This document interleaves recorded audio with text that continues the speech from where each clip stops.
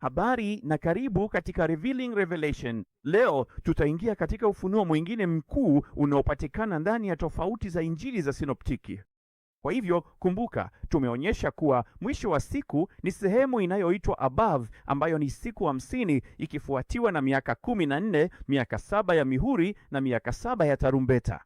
Yote haya yanaeleweka unapogundua kuwa ufunuo wa mwisho wa siku ni injili za sinotiki. Wa mwisho watakuwa wa kwanza na wa kwanza watakuwa wa mwisho.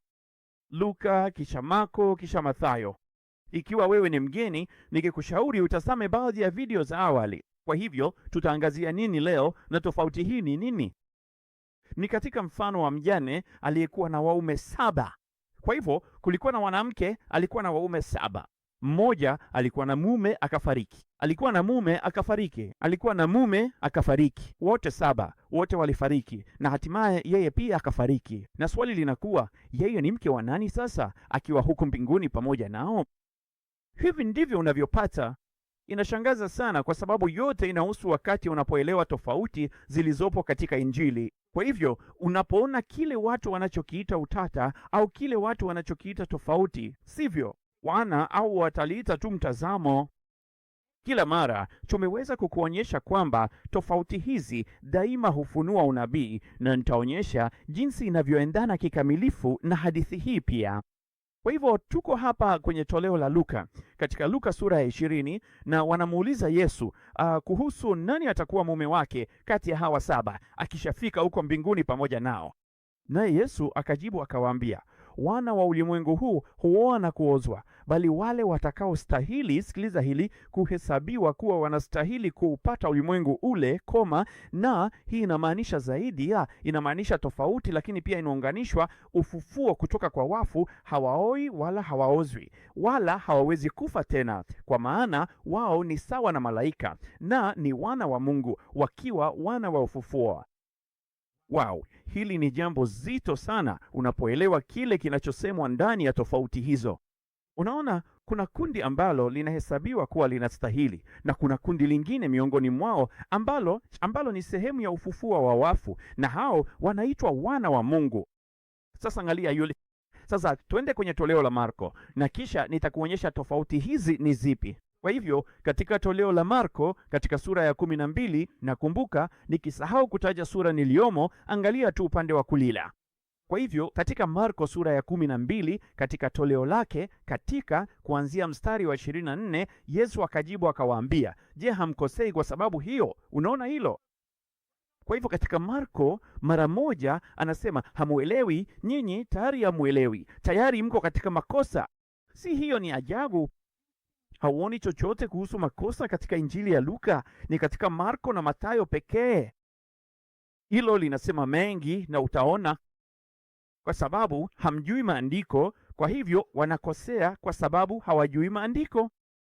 Naam, unapoelewa kwamba Luka ni wa kabla ya dhiki, Marko ni wa katikati ya dhiki, Mathayo ni wa baada ya dhiki, unapoelewa kwamba wote ni wa kweli, unapoelewa kwamba wale walio wa kabla ya dhiki wameunganishwa na Luka, wale walio wa katikati ya dhiki wameunganishwa na Marko, na wale walio wa baada ya dhiki wameunganishwa na Mathayo, kundi la Luka ni nani?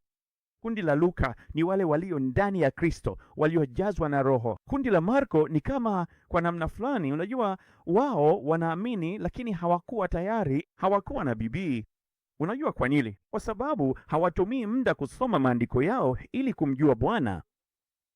Na hiyo inawakilisha wale wa katikati ya dhiki. Kundi la Marko linawakilisha nyumba ya Israeli na watu wa mataifa ambao wamepandikizwa ndani. Hiyo ndio umati mkubwa katikati ya dhiki. Unaona, wanaweza kwenda kanisani na wanamwamini Bwana, lakini hawatakuwa tayari atakapokuja, kwa sababu hata hawajui maandiko, hawayasongi. Na kisha unayo nyumba ya Yuda ambayo inahusu Mathayo, na bila shaka wanakosea kwa kutoyajua maandiko pia, hasa Agano Jipya, sivyo? Unaona, ni jambo la ajabu pindi unapoliona. Kwa hivyo angalia kile kinachosema tena, je, hamkosei kwa sababu hamjui maandiko wala uweza wa Mungu? Kwa hivyo hili ni pigo kubwa dhidi yao hapa katika Marko. Unaona, kwa maana watakapofufuka katika wafu hawaoi wala hawaolewi, bali huwa kama malaika walio mbinguni. mstari wa 26 na kuhusu wafu ya kwamba wafufuka. Je, hamjasoma? Unaona tena, je, hamjasoma katika kitabu cha Musa mstari wa 27? Yeye si Mungu wa wafu bali ni Mungu wa walio hai. Kwa hivyo nini mnakosea sana? La, hii sio kabisa kile ambacho Luka anasema, sivyo? Na unapoelewa kwamba kuna makundi tofauti yanayozungumziwa katika unabii, ni unabii uliosukwa ndani ya tofauti hizo, yote yanaanza kuleta maana. Sawa? Kwa hivyo unaona kosa hili katika kutoelewa maandiko yanayohusiana na Marko. Sasa tuende kwenye Mathayo. Mathayo sura ya 22 katika mstari wa 29, Yesu akajibu akawaambia, ninyi mnakosea kwa sababu hamjui maandiko. Unafikiri ni sawa, lakini sivyo, kwa sababu hii ni katika Mathayo. Ni kundi tofauti, lakini bado kuna kosa linaloendelea. Unaona, maana katika ufufuo hawaoi wala hawaolewi, bali huwa kama malaika wa Mungu mbinguni. Lakini kuhusu ufufuo wa wafu, je, hamjasoma yale mlioambiwa na Mungu? Sawa? Kwa hivyo unaona kosa lingine, lakini mazungumzo hayo hayakurudiwa kwa uzito ule ule kama yale ya Marko. Lakini tena kuna kosa la kutojua maandiko. Unaona? Sasa tukienda kwenye Wakorintho wa pili sura ya 12, mahali hapa ambapo nimeshiriki nanyi mara nyingi sana katika ufunuo, kwa sababu ni ufunuo wa yale yaliyo juu katika miaka 14. Ni ufunuo katika sura moja inayokuonyesha kurudi kwa Bwana kabla ya dhiki, katikati ya dhiki na baada ya dhiki. Kuna kuchukuliwa na kurudi. Na angalia kundi hili la kwanza katika Wakorintho wa pili sura ya 12, nilimjua mtu katika Kristo zaidi ya miaka 14 iliyopita. Hizi ndizo siku 50 hizo, ni sehemu hiyo iliyo juu. Kwa hivyo ni siku 50 zilizo juu ya miaka 14, na ni kama unyakuzi uliotwaliwa hadi mbingu ya tatu. Angalia ya pili, nilimjua mtu kama huyo. Kwa hivyo si katika Kristo, si aliyejazwa Roho katika Kristo kama yule wa kwanza, lakini unajua ni kama hivyo tu. Unajua, wanamwamini Kristo. Na hao ni nani? Wao ndio wale waliochukuliwa hadi paradiso.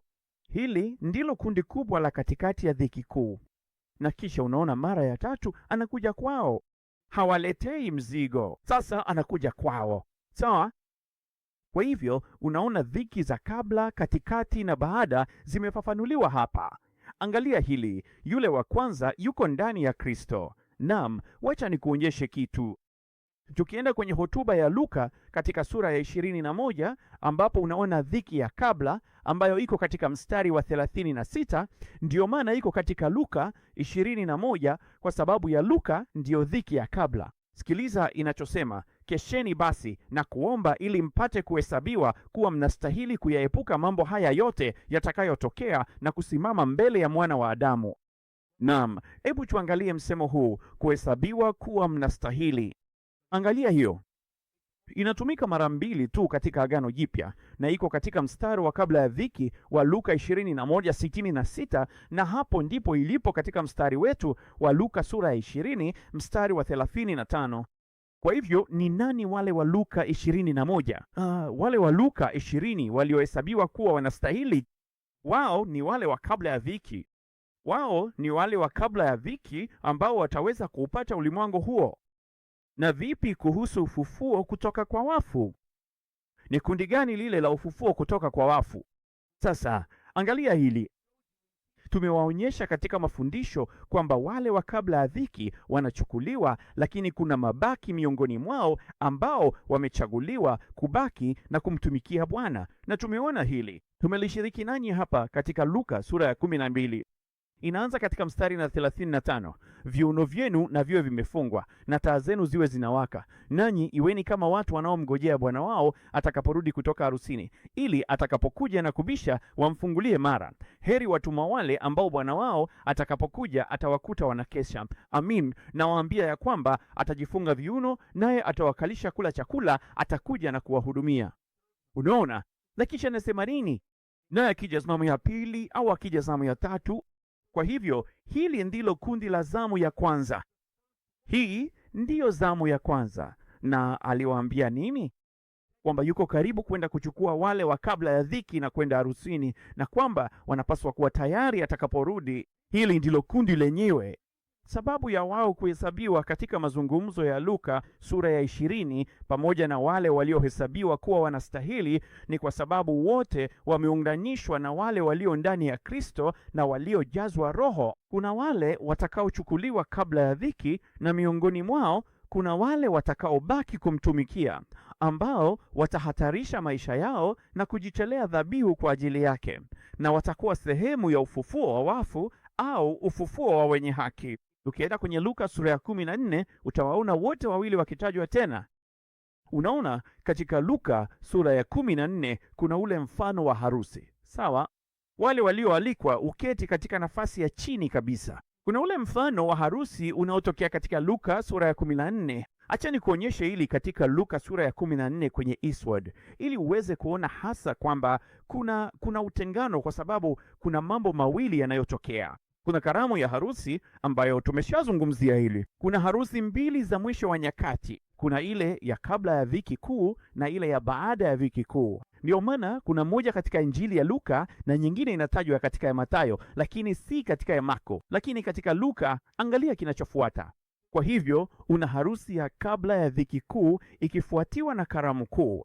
Mfano wa karamu kuu umetajwa tu katika Luka kwa sababu umeunganishwa na kile kikundi cha mabaki kitakachokuwa sehemu ya ufufuo wa wafu. Na inasema nini kuhusu wale watakaoshiriki katika karamu hii ya harusi, ambayo ndiyo tunayosoma katika Luka 12 anaporudi kutoka kwenye harusi? Angalia hili.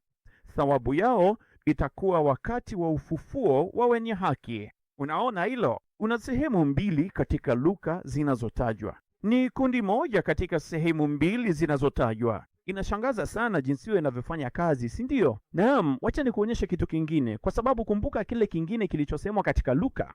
Kilisema na wao ni watoto wa Mungu. Kwa hivyo katika Wakorintho wa pili sura ya 12 ilisema kwamba wale wanaoenda kabla ya dhiki ndio wale walio ndani ya Kristo, waliojazwa Roho, si ndio? Ndio wale walio ndani ya Kristo. Naam, angalia kile Warumi 8:1 inasema, sasa basi hakuna hukumu ya adhabu juu yao walio ndani ya Kristo, wasioenenda kwa kufuata mambo ya mwili, bali kwa kufuata mambo ya Roho. Na inasema nini kuwahusu? Inasema katika mstari wa 16, Roho mwenyewe hushuhudia pamoja na roho zetu ya kuwa sisi tu watoto wa Mungu, na ikiwa tu watoto, basi tu warithi wa Mungu na warithi pamoja na Kristo, ikiwa tunateseka pamoja naye, ili tupate kutukuzwa pamoja. Unaona, ni wale walio ndani ya Kristo, waliojazwa Roho, wanaoenda kabla ya dhiki, na mabaki watakaobaki kuteseka pamoja naye ili kusaidia kuleta umati mkubwa wa katikati ya dhiki. Lakini sasa angalia hili. Tukienda Luka sura ya 23. Katika Luka sura ya 23 unaona maneno ya mwisho aliyosema Yesu msalabani. Inasema, Baba, mikononi mwako naiweka roho yangu. Unaona hilo? Kwa hivyo msalabani kuna tofauti ndani ya Injili na husiana na hili, ambapo una muunganisho huu wa kwenda na kuwa na Bwana kabla ya dhiki. Muunganisho huu wa kitu kinachofuata utakachokuwa nacho ni Bwana katika mikono yake. Lakini je, unajua kwamba katika Marko na Mathayo tulikufanyia mafunzo kuhusu hili, kwamba katika Marko na Mathayo, katika Marko sura ya 15 mstari wa 34 anasema, Mungu wangu, Mungu wangu, mbona umeniacha? Na katika Mathayo sura 27 anasema, Mungu wangu, Mungu wangu, mbona umeniacha? Unajua kwamba katika Strong's Concordance neno forsaken linamaanisha kuachwa nyuma? Unafikiri Yesu aliamini kuwa alikuwa anaachwa nyuma aliposema hivi katika toleo la Marko na toleo la Mathayo? Hapana. Unajua yote haya yanahusu nini? Yanahusu kile kinachoendelea hapa. Ni kitu kile kile. Mlikosea kwa kutozijua maandiko. Mlikosea kwa kutozijua maandiko. Na kwa hivyo nini kinatokea? Hawako tayari. Wanaachwa nyuma katika Marko na wanaachwa nyuma katika Mathayo hadi mwisho wa mihuri na hadi mwisho wa tarumbeta. Unakumbuka kisa katika hadithi ya ufufuo ya Luka? Yesu alivishwa vazi la fahari ambalo ni kama la bibi harusi, jeupe lenye kung'aa zuri. Lakini katika Marko alivishwa vazi la zambarau, na katika Mathayo alivishwa vazi la rangi nyekundu. Unaona? Kama vile mnyama, yule mwanamke aliyevishwa vazi akimpanda mnyama wakati wa dhiki kuu amevishwa zambarau na rangi nyekundu, kwa sababu sehemu za Marko na Mathayo zitapitia mihuri na kisha kupitia tarumbeta. Yote yamefunuliwa katika tofauti zilizomo ndani ya Injili. Ninaomba ikubaliki.